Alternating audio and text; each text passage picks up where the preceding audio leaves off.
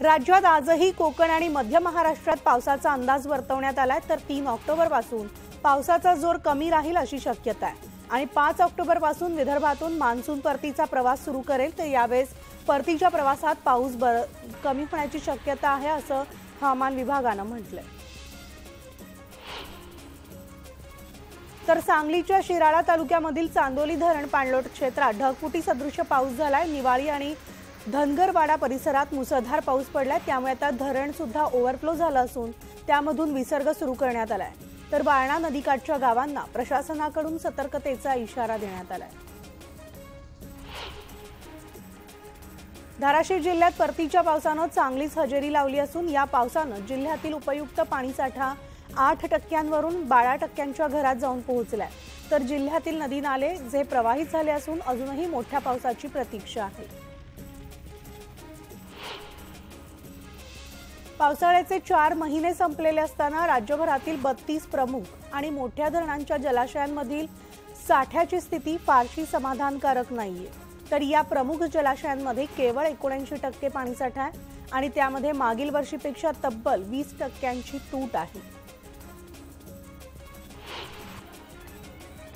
सोलापूरच्या मोहोळ तालुक्यामधील शेतकऱ्यांना आपल्या लाडक्या सुंदरी गायीचं डोहाळे जेवण घातलंय। यावेळेस गायीची सजावट करत 5 सुवासिनींनी ओटी भरून गायीची पूजा केली आहे। यावेळेस उपस्थित सगळे पाहुणे मंडळी आणि ग्रामस्थांना भोजनाची व्यवस्था सुद्धा करण्यात आली होती आणि कार्यक्रमाचं अनेकांकडून कौतुक झालं।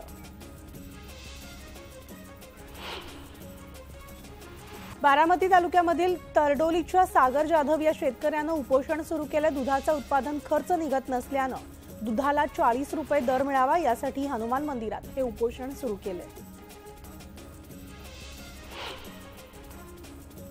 पेंच व्याघ्र प्रकल्पामध्ये आजपासून सफारी सुरू होणार आहे, त्यामुळे आता या ठिकाणी पर्यटक मोठ्या संख्येनं दाखल होण्याची शक्यता असल्यानं पर्यटन व्यवसाय पुन्हा बहरणार आहे।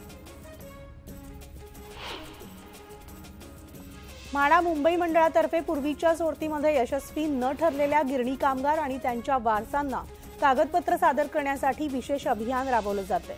मात्र यासाठी कागदपत्र ऑनलाईन पद्धतीने सादर करा असं आवाहन गिरणी कामगारांना करण्यात आलंय। मुंबईमध्ये सप्टेंबर महिन्यात तब्बल 10,600 मालमत्तांची नोंदणी झाली आणि त्यातील 8,500हून अधिक सदनिका आहेत आणि गेल्या 10 वर्षात पहिल्यांदाच मोठ्या प्रमाणावर सदनिकांचे आणि मालमत्तांचे व्यवहार झालेत। रेल्वे प्रशासनाकडून प्रवाशांच्या सुरक्षेला प्राधान्य दिलं जाते, त्यामुळे आता पुणे विभागामधील सर्व रेल्वे स्थानकांमध्ये अत्याधुनिक फेस डिटेक्शन कॅमेरे बसवण्यात येणार आहेत।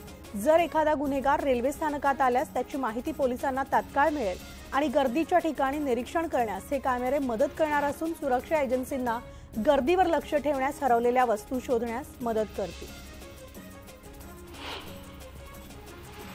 मुंबईकरांसाठी एक दिलासादायक बातमी आहे, ती म्हणजे महानगर गॅस लिमिटेडनं सीएनजी आणि पीएनजीच्या किमती कमी करण्याची घोषणा केली आहे। तर सीएनजीच्या दरात 3 रुपयांनी आणि पीएनजीच्या दरात 2 रुपयांनी कपात करण्याचा निर्णय घेण्यात आलाय।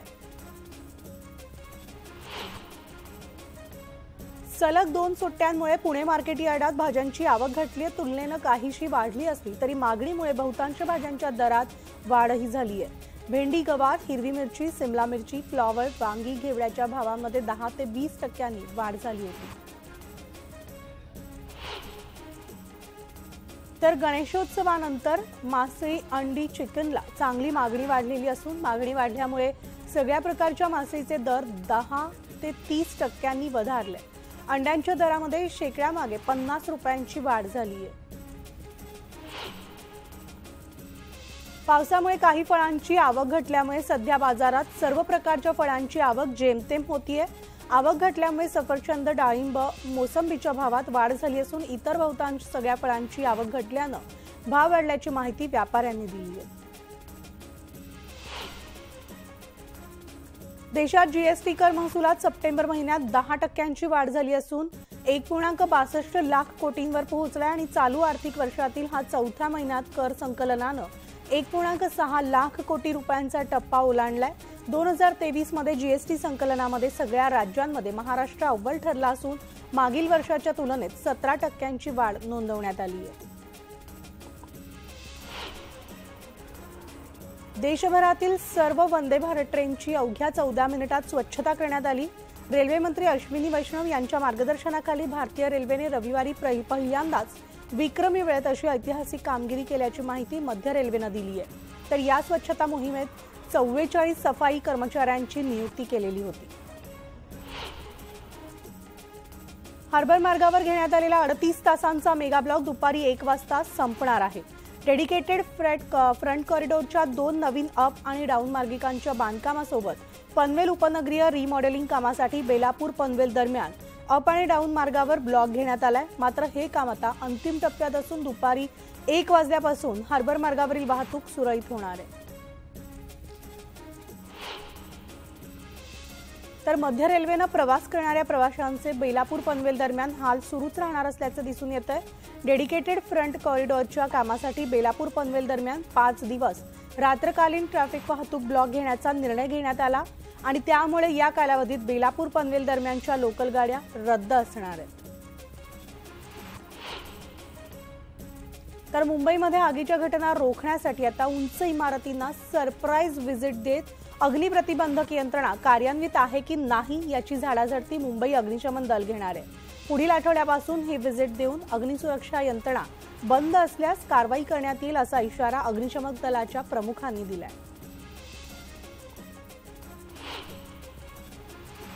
तर मुंबईमधल्या वाढत्या लोकसंख्येची तहान भागवण्यासाठी मुंबई महापालिका समुद्राच्या खाऱ्या पाण्यावर प्रक्रिया करून पिण्याचं गोडं पाणी तयार करणार आहे आणि गेल्या वर्षभरापासून याची निविदा प्रक्रिया रखडली होती।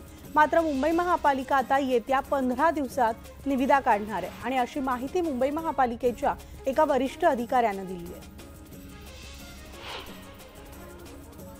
राज्यात स्वच्छता ही सेवा अभियानांतर्गत एका तासात 1942 टन कचरा गोळा करत त्याची विल्हेवाट लावण्यात आली आहे। तर 16 लाखांहून अधिक नागरिकांनी या मोहिमेमध्ये सहभाग घेतला होता। सकाळी 10 ते 11 या कालावधीत राज्यातील सगळ्या 411 नागरिक स्थानिक स्वराज्य संस्थांमधील एकूण 14,522 ठिकाणी श्रमदानातून स्वच्छता करण्यात आली आहे।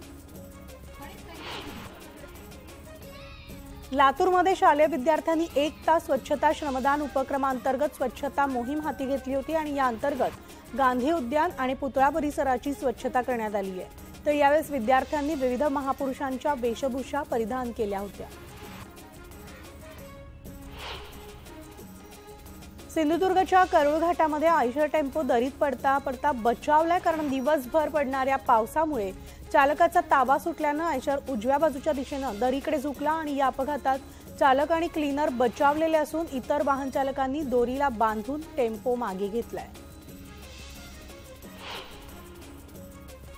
वाघांचं संरक्षण आणि संवर्धनासाठी मोठ्या प्रमाणात प्रयत्न सुरू असल्याचा दावा केंद्र सरकारने केलाय।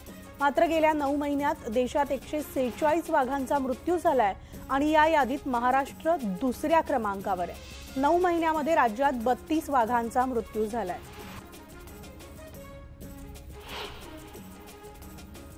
गतवर्षी मुंबईत 25% मृत्यू हृदयरोगामुळे झाले, त्यात 34% लोकांना उच्च रक्तदाबाचा त्रास जाणवलाय असं महापालिकेच्या नागरी आरोग्य विभागाने जागतिक हृदय दिनानिमित्त अहवालाद्वारे सांगितले आणि 2022 मध्ये शहरातील प्रत्येक 4था मृत्यू हा हृदय आणि रक्तवाहिन्यांसंबंधीच्या आजारांमुळे झाला असंही अहवालात म्हटलंय।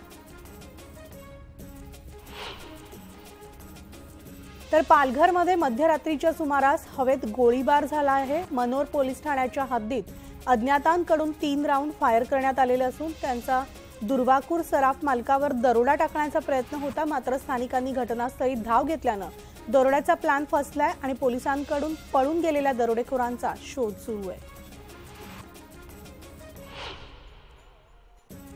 सोलापुरात मराठा समाजाला सरसकट 50% ओबीसीतून आरक्षण मिळालं पाहिजे यासाठी गेल्या 9 दिवसांपासून साखळी उपोषण सुरू आहे। गावातील आणि तालुक्यातील प्रत्येक मराठा समाज बांधव यामध्ये सहभाग नोंदवत असून उपोषणाच्या ठिकाणी भजन कीर्तनाचं आयोजन करण्यात आलं होतं।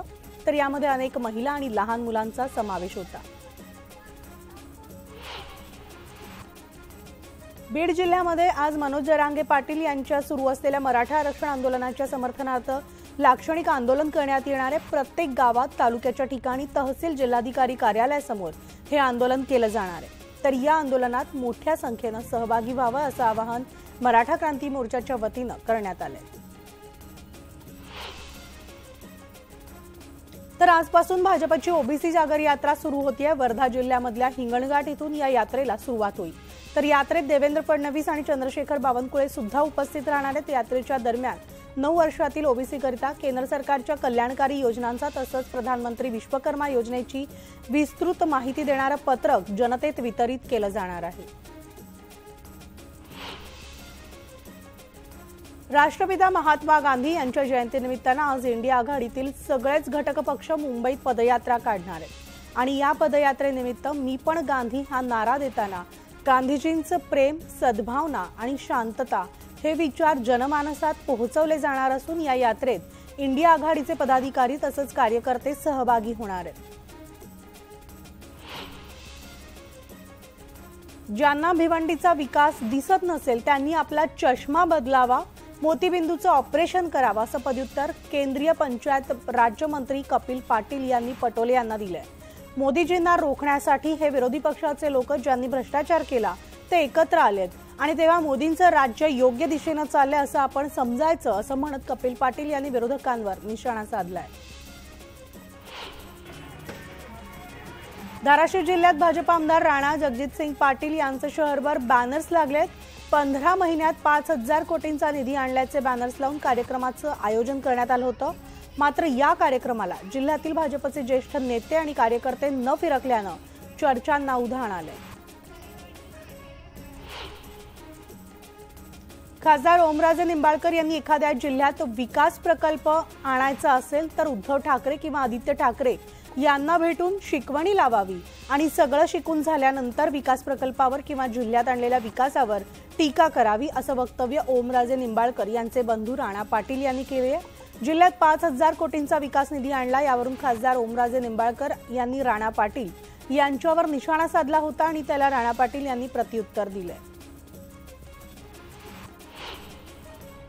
मनोज जरांगे पाटील यांनी नांदेडमधील जाहीर सभेत ओबीसी नेत्यांना उपकाराची परतफेड करण्याचं आवाहन केलंय आणि त्यासोबत त्यांनी पुन्हा मंत्री छगन भुजबळ यांच्यावर टीका साधली आहे। आरक्षण द्या आणि उपकाराची परतफेड करा, आमचा बदला घेऊ नका असं मनोज जरांगे पाटील म्हणाले।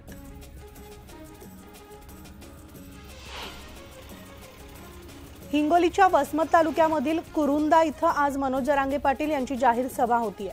मनोज जरांगे हे मराठा आरक्षणाच्या मागणीसाठी आणि मराठा समाज बांधवांशी संवाद साधण्यासाठी महाराष्ट्र दौऱ्यावर निघालेत आणि त्यांच्या दौऱ्याचा आजचा हा 3रा दिवस आहे।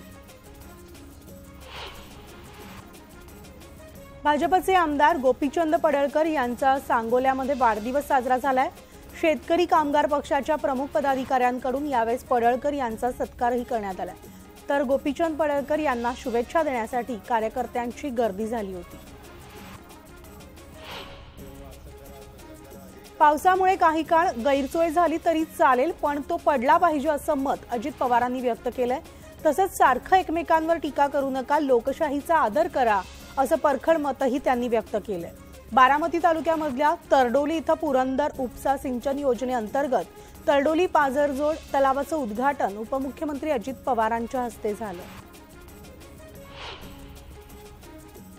तर वर्ध्याच्या सेवाग्राम इथल्या बापूकुटी आश्रमात राष्ट्रपिता महात्मा गांधी यांच्या जयंतीनिमित्तानं विविध कार्यक्रमांचं आयोजन करण्यात आले। पहाटे सर्वधर्मीय प्रार्थना, रामधून आश्रम परिसराची गांधीजींच्या अनुयायीकडून सफाई करण्यात आली आणि यावेळेस चरख्यावर अखंड सूतकताई करत महात्मा गांधी यांना आदरांजली वाहण्यात आली।